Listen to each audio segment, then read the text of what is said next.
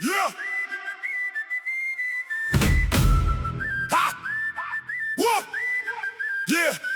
Pull up with the cap low. Boot soles on the stone. Black hoodie, red eyes, cold wind in my bones. Talk big from the safe side. I was built in the thick where the pub door shakes and the whole room clicks.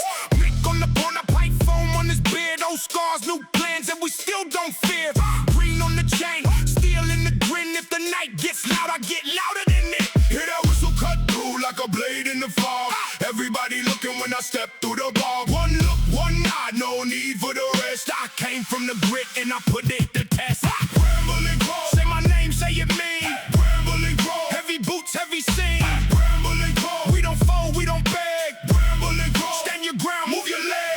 Same old route from the alley to the gym. Hands on the iron, got the hunger in the trim. Sweat on the brow, but the pride stay clean. Built from the rough like a blade through a beam. Cork in the cadence, Dublin in the stare. West Coast heat with that island air. If you want a problem, you can bring it my way. I was made for the night and the nights don't play. Hear that whistle cut through like a blade in the fog. Everybody looking when I step through the bar. One look, one nod, no need for the rest. I came from the grit and I put it to test. Rambling Grove, say my name, say it mean. Rambling Grove, heavy boots, heavy scene. Rambling Grove, we don't fold, we don't beg. Rambling Grove, stand your ground, move your leg.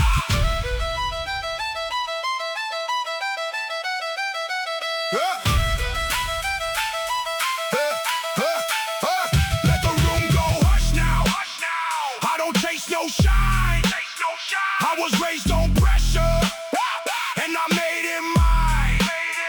Old songs in the shadows, new scars on the skin. When the floor starts shaking, and that's where I begin. Rambling Grove, say my name, say it mean. Rambling Grove, heavy boots, heavy sing. Rambling Grove, we don't fold, we don't beg. Rambling Grove, stand your ground, move your leg.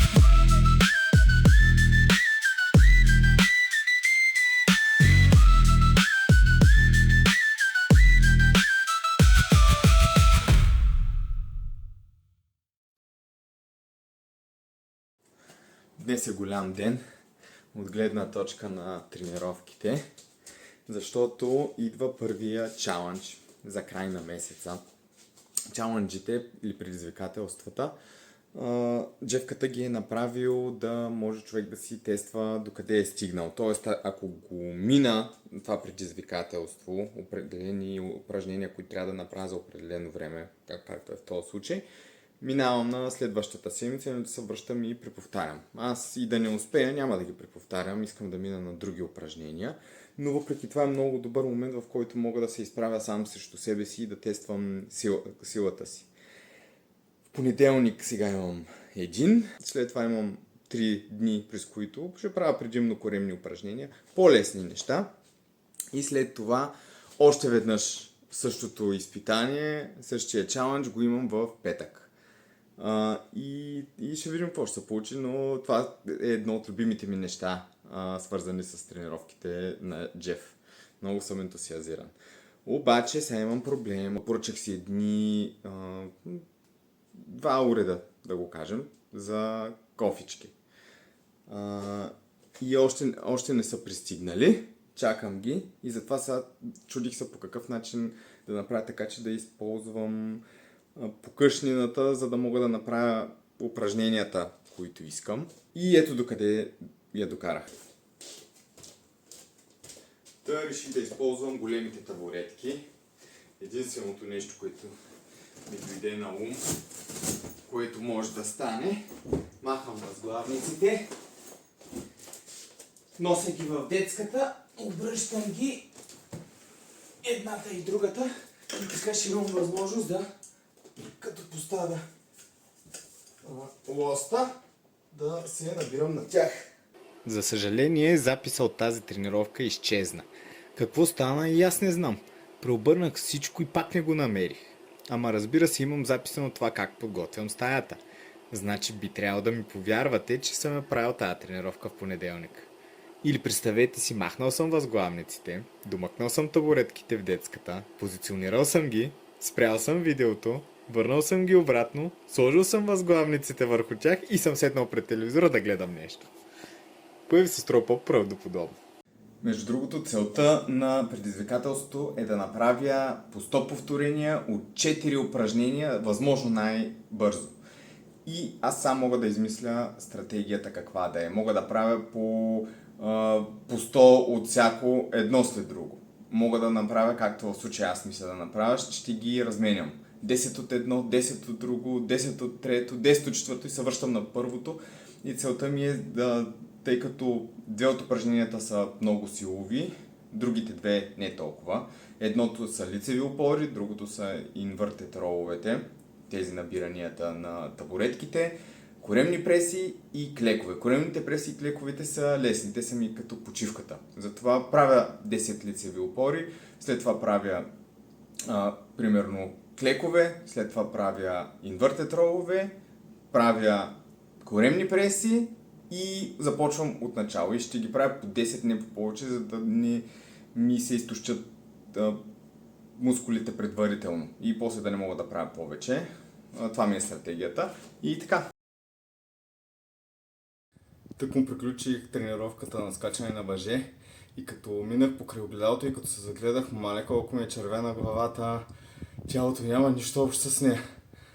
Това не знам от слънцето ли е или е от напани, но утре ще се разбере със сигурност, ако съм жив. Нещо напоследък не правя много клипчета, поради няколко причини. Едната е, че се случват толкова много неща, че ми се налага да се справям с тях в движение и просто не мисля за това, че трябва да правя клипове. Отделно от това ми се иска да не снимам прекалено много неща, които в последствие да са скучни за зрителя, просто най-интересните неща. Но за сметка на това пък и не снимам много. Още търся този баланс. И ако се чудите пък защо се разкарвам с телефона, докато приказвам, от някъде разбрах, че така било по-приятно за зрителя да поема информация, отколко да стоя на едно място. Какво ли не правя за моите зрители? 5 човека. 7 вече. И така, сега да разчупвам малко формата. Реших, тъй като искам да показвам храната на Агафинката, която приемаме, за да може хората, които са заинтересовани от начина, по който аз в момента тренирам и се храня, за да постигна резултатите, които искам, да видят какво реално ям. И ако нямат възможност да си поръчват от някъде някой да им го прави това нещо, могат да си харесат някой от яденията и да видят в интернет как се правят по зоната и да ги ядат. Но трябваше да измисля как да го направя най-интересно, затова съм направил снимки на всяко едно от тях и си намерих рап бит и сега ще направя рап песен и вече съм готов с текста, само трябва да я запиша и много яко, много се кефя. И така, до тук съм я докарал.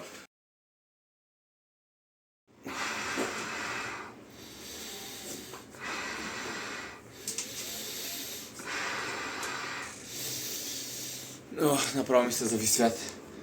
Трябва да надуя цялото това. Нямаме помпа, ама аз от едно време съм се научил да си надувам всичко сам. Мале как маят, че не записах цялостното надуване на този замък. Ама нищо де, малко след това се наложи да го спаднем, така че скоро очаквайте надуването на замъка. Втора част.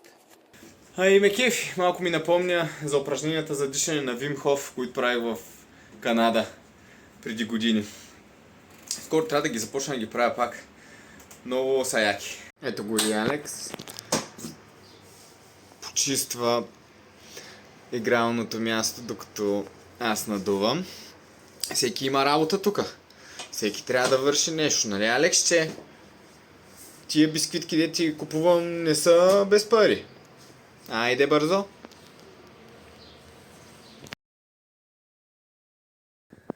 Петък е. Аз съм много развълнуван, защото ми предстои да направя предизвикателството от понеделник. Преди малко проверих резултата си. Завършил съм 16 минути и 2 секунди, което е добре. Трябваше да съм между 14 и 17 минути, за да мине на следващата седмица, така че минавам. Но това не ме интересува чак толкова, защото аз няма да правя упражнението в следващата седмица.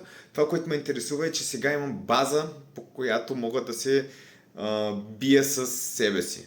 Тоест сега идеята ще е да надвия себе си и този резултат от 16 минути и 2 секунди, да направя всичко възможност да се победя. Което е много яко. Аз винаги съм се кефил на тази част от тези тренировки. Много са ме надъхвали. И това, между другото, е концепция, която използвам навсякъде в живота си. Винаги да бъда по-добър от миналото си аз, а не по-добър от другите. Още работя на това, още се сравнявам с другите хора доста, но успеха ми често идва от точно това, битката с вчерашния аз. И сега съм ентусиазиран да видим какво ще направим. Да ви покажа и новите урадия на труда, които пристигнаха. Вече няма табуретки и такива работи. Имаме ново лошче, което дойде като идея от добър мой приятел Гушона. А това са уреди за кофички, които дойдоха по идея на моят приятел Видрата. Видрата и Гушона ще ме оправят в живота. Това съм го добавил допълнително. Това канапче ли е връвчица, за да не се плъзга лоста, съответно по него. И лесно ще мога да го свалям, когато се наложи, и да си го слагам. Още повече са кефа сега с новите придобивки. Време е за битка!